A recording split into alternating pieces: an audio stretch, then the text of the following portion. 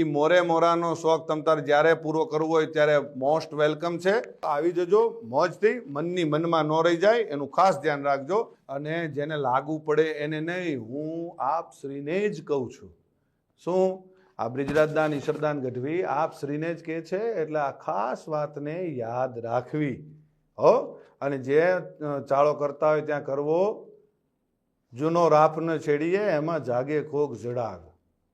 જે રાફડા કદાચ શાંત હોય એમાં હાથ ન નાખવા કે આમાં આપણે, અને ઝેરનું પારખું નકો જોવું હો. છોટો ઉંમર હોય પણ નાગ ન છેડીએ, અને ઝેરનું પારખ્યું નકો જોવું. નાગના ચાળા ન હોય, નાગના બચ્ચાના ચાળા ન હોય.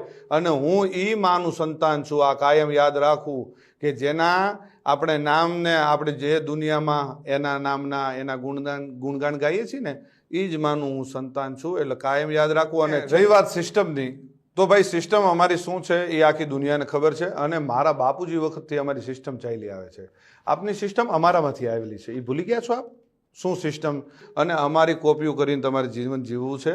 એટલે એ બધી વાતમાં રહેવા દો. ને રહી વાત 2025ની, તો આપશ્રી બોલ્યા હતા કે 2025માં હું કાર્યક્રમો બંધ કરી દઈશ. હું સિલેક્ટેડ એટલે શું? કેવી રીતે તમે સિલેક્ટ કરશો? આનો લેવાનો, આ જ્ઞાતિનો લેવાનો, આ જ્ઞાતિનો પૈસાથી? જ્યાં જઈએ ત્યાં સંબંધો બગાડીને આવીએ છીએ, નથી ખબર? ગમે એને ત્યાં મોઢા બગાડીને આપણે રૂપિયા લઈને સંબંધ બગાડીને આવીએ છીએ, નથી ખ્યાલ?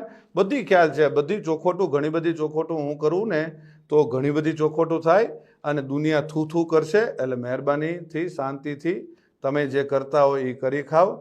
અને જેમ બંધમુઠ્ઠી છે, આ જે બંધમુઠ્ઠી છે ને એ જ જમાવટ છે. જો ખુલી જશે તો તમને કોઈ પણ રીતે સહન નહીં થાય. એટલે મહેરબાની કરીને શાંતિથી તમારું જીવન જીવો.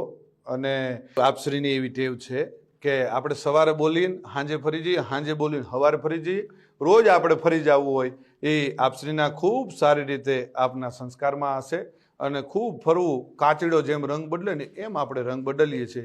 એ તો આપની માટેની ઘણી બધી કહેવતો છે. આપને રાખી સાવંત કહે છે, આપને કાચીડો કહે છે, આપને શિયાળિયું કહે છે, બધા ઘણા બધા છે. અને જે 18 વર્ષને આપ સાથે લઈને ચાલવાવાળી હમણે જે આ 2025થી આપને જે ભાવ જાગવા માંડ્યો છે, ખબર નથી? મારી માફી માંગ્યા પછી માને મારી માફી, બીજી સમાધાનવાળી વાત મને અત્યારે યાદ આવે છે. સમાધાન? ભાઈ હું સમાધાન કરવા આવ્યો હતો? આપશ્રી આપના 50 જણાને દોડાવ્યા હતા કે બ્રિજરાજદાનભાઈ યાર જલ્દી સમાધાન કરાવી દો, નકર આમ થઈ જશે ને તેમ થઈ જશે.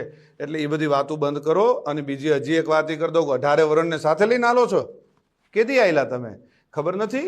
એક કાર્યક્રમમાં, જાહેર કાર્યક્રમમાં 10,000 માણાની, જે તે સમાજનો કાર્યક્રમ હતો, 10,000 માણાની વચ્ચે માફી માગવી પડી હતી.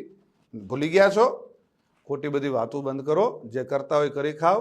અને જે કંઈ થોડું ઘણું તમને આ જે ડાયલોગબાજી આવડે છે, જે કંઈ ટૂંકી વાતો આવડે છે 2-4 મિનિટની, એ કરી જાણો અને મોજ કરો. જય માતાજી, જય દ્વારકાધીશ.